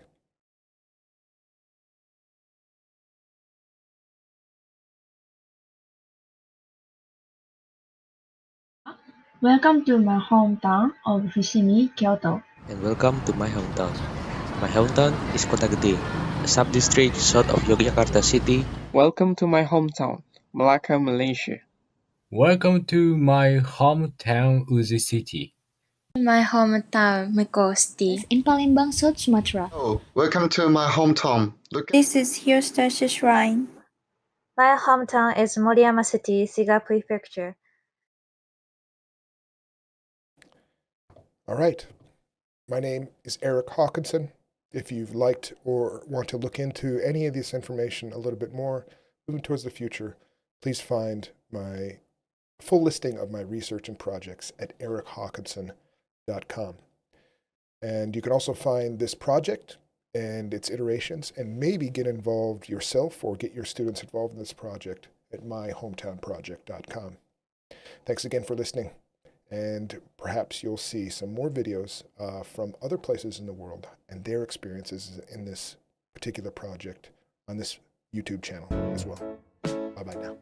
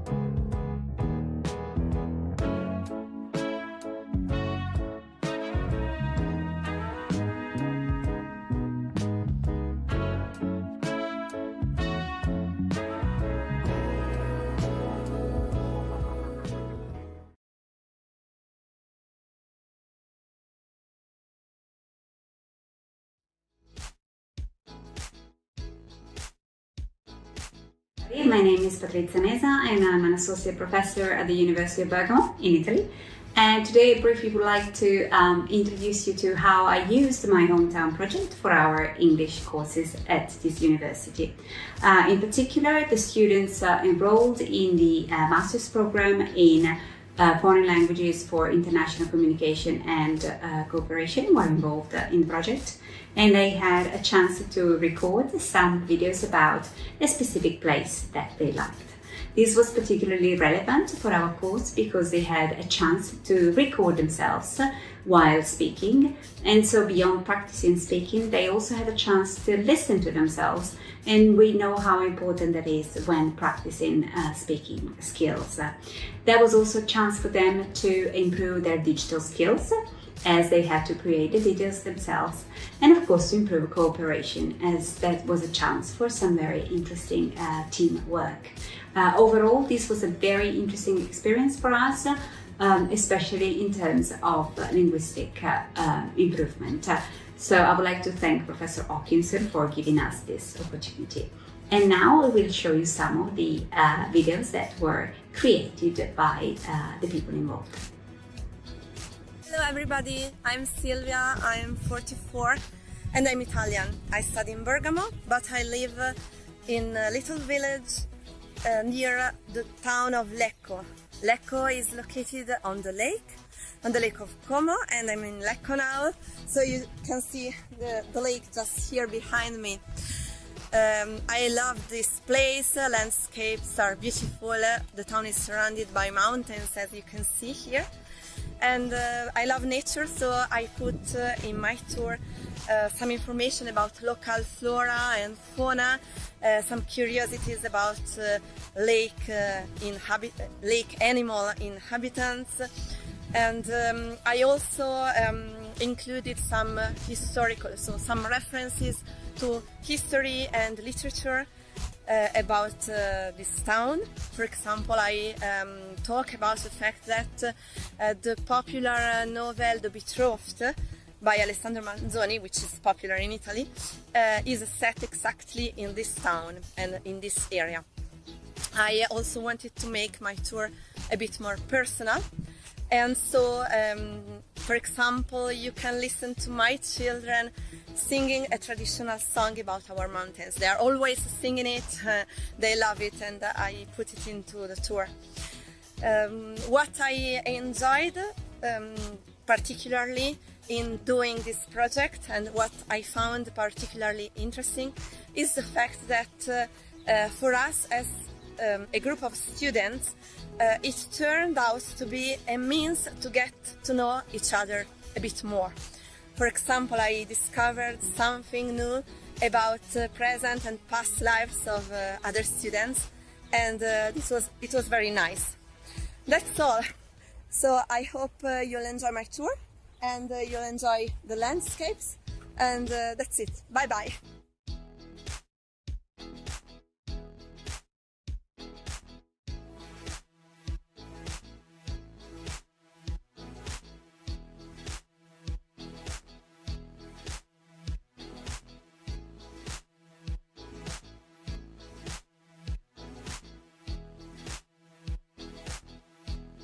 Hi there!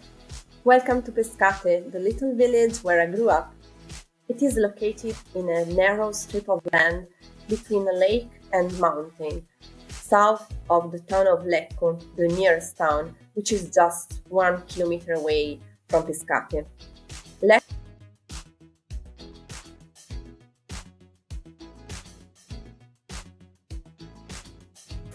La leggenda della Grigna is a traditional song that tells us about the love that people feel for the Grigna mountain.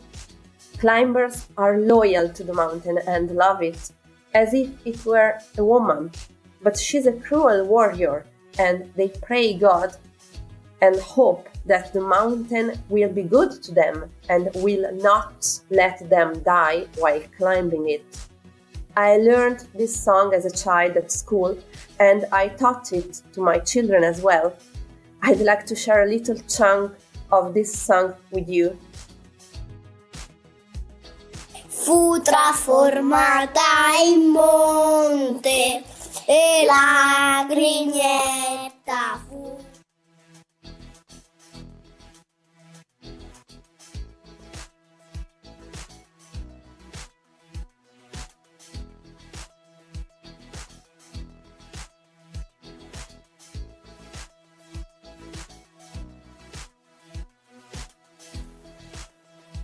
This church, San Michele, has never been completed and has never been used as a church.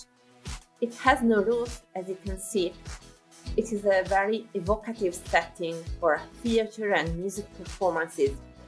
That's my husband trying to climb it, but don't do it. It's forbidden, of course. I love coming here because it's a very quiet place and you can enjoy a peaceful and rural atmosphere. There are usually hens and roosters hanging around on the grass, and there are also some nice and cuddly cats. Hi, nice to meet you. I'm Celia, an Italian student from the University of Bergamo. I'm thrilled to have been a part of this incredible project where we use virtual reality to create an immersive tour of our hometown. It was a unique opportunity to showcase the beauty and charm of our community, capturing its essence in a way that allows others to experience it as if they were walking through our streets themselves. Being involved in the recording process and seeing our hometowns come to life in VR was not just rewarding but also deeply personal. I'm proud to have contributed to something that will connect people to my village, no matter where they are in the world. This experience allowed me to combine my passion for storytelling with cutting-edge technology, bringing our vibrant culture, beautiful landscape, and rich history to life in a way that has never been done before. The benefits of this project are immense. It's not just a tool for preserving our heritage, but also a means to share it with a global audience. People from around the world can now explore our hometowns as if they were walking its streets, fostering greater understanding and connection. This project has the potential to boost local tourism, educate others about our unique traditions, and most importantly, instill a sense of pride in our community. I am from a very small village in Italy, but I'm sure that with the adding of my personal stories, people will feel interested in listening to me and will dip into the streets of my hometown.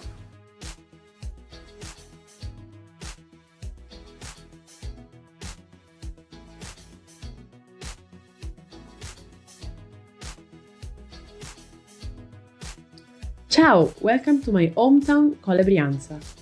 Do you need to recharge your batteries after a very hectic week in the city? Colle Brianza is the perfect place. It is a small village in the north of Italy, situated in an area called Brianza. It has just under 2,000 inhabitants. The things I like the most about my hometown are the quietness, the calmness, the view, and the fact that I'm surrounded by nature. I will try to explain what it's like growing up in this village. I hope you enjoy my tour. Let's dive in. Here we are in the center of Colle Brianza. We can see the main church of the village and my kindergarten. The parish church of St. Michael the Archangel is a very old one, built around the 13th century. This is an area where I used to spend a lot of time when I was a child, mainly because having a big yard with an open space, I would go there with some friends and play with them. Looking back at the good old days, I recall that we loved to play Strega Comanda Colore, literally translated which commands color. According to this game, a person has to choose a color and the other players have to find something of that color and touch it. You lose if the person that chose the color catches you before you touch it. Not to brag, but I was really good at this game.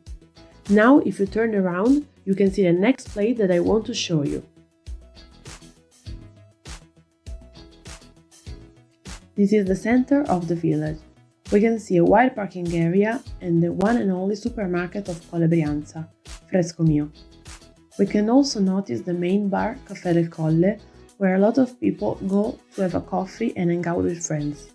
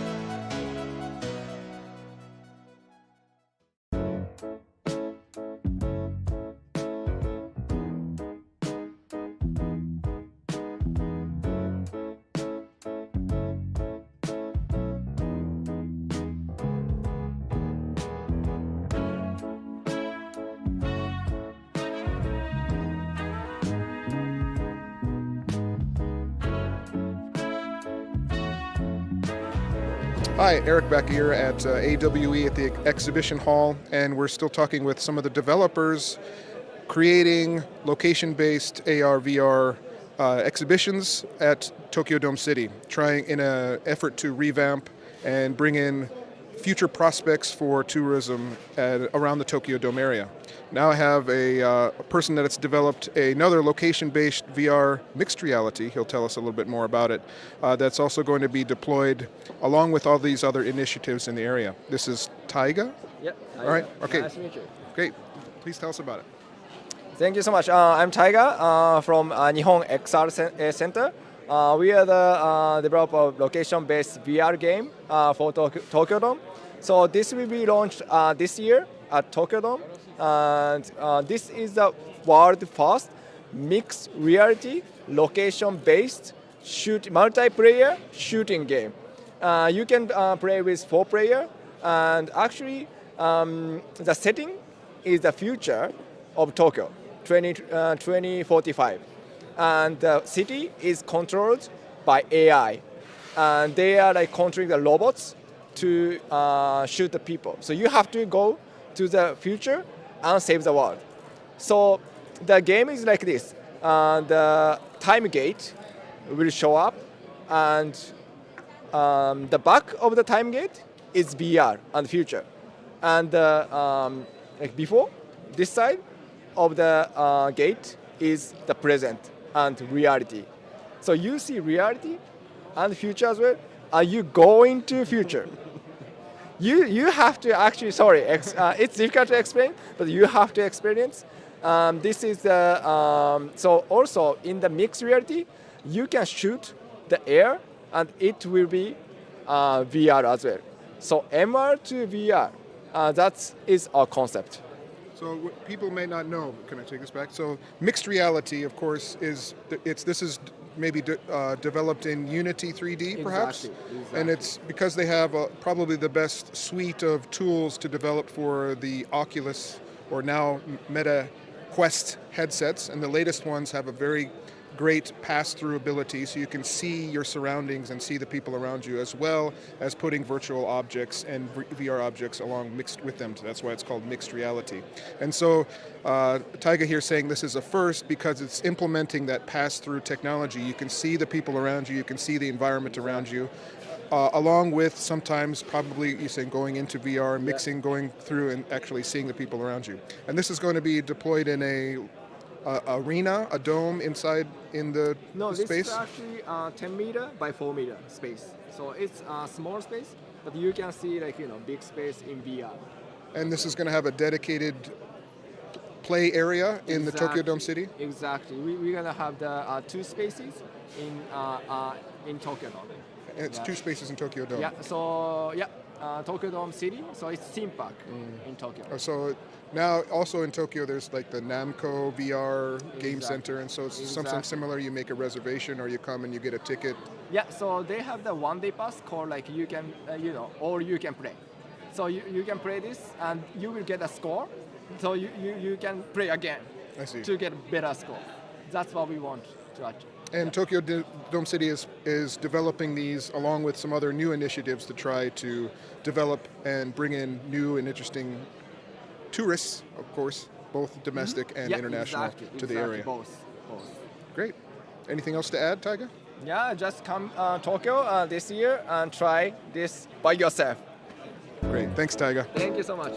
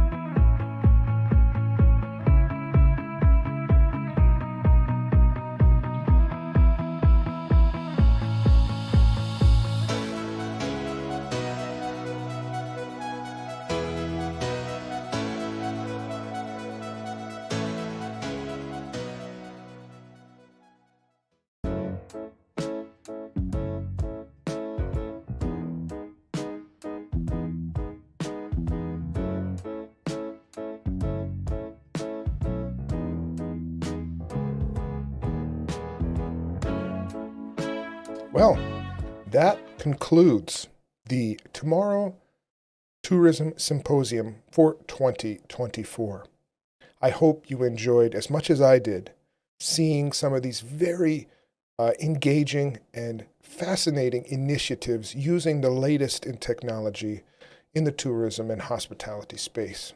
Things like having new attractions using mixed reality, using augmented and virtual reality to help train the future tourism and hospitality and student initiatives, understanding how students are seeing and using and thinking about these technologies as it relates to their careers, and how moving and touching and empathy building these technologies can build for tourists and to help connect locals and guests and see a better future perhaps as it relates to a more equitable, sustainable tourism future.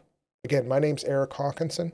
If you liked what you see here and want to support perhaps the next year of this particular initiative, Tomorrow Tourism, please come on down to tomorrowtourism.com or my own personal website for related research and initiatives at erichawkinson.com. Thanks again for watching. Bye-bye now.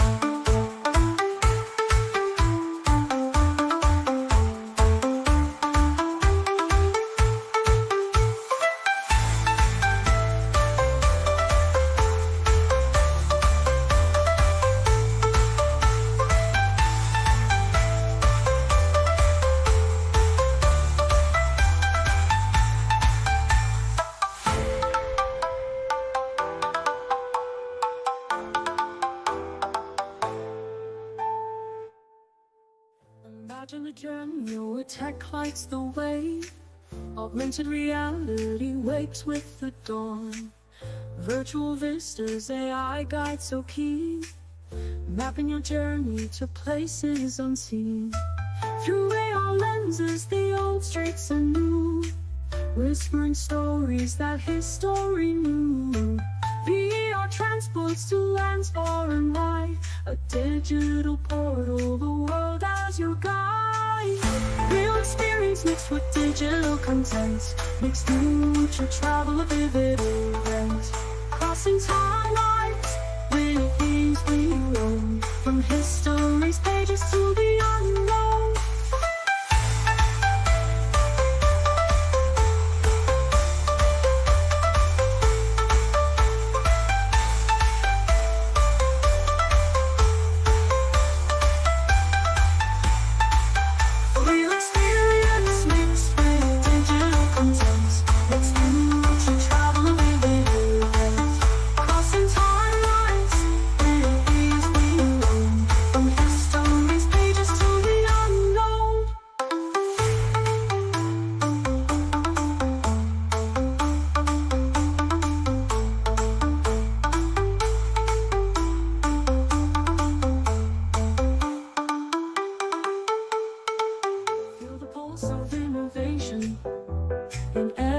Simulated touch. The globe's just a platform, the possibilities are such. Leaders of tomorrow, crafting paths will tread through immersive tales where no one's ever led. Future home the students of cool, crafting virtual tools in a high-tech world. Leaders, thinkers, creators align, shaping the world where technology and travel intertwine. So here's to the future, it's bright and it's now. Join us out tomorrow, tourism and we'll show you how to navigate a world where tech meets travels on. Moving on the horizon, let the adventure start.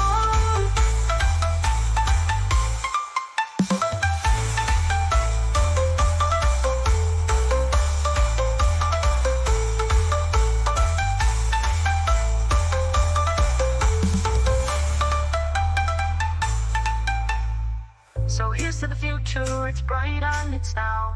Join us at Tomorrow Tourism and we'll show you how to navigate a world where tech meets travels are. Voyage beyond the horizon, let the adventure start.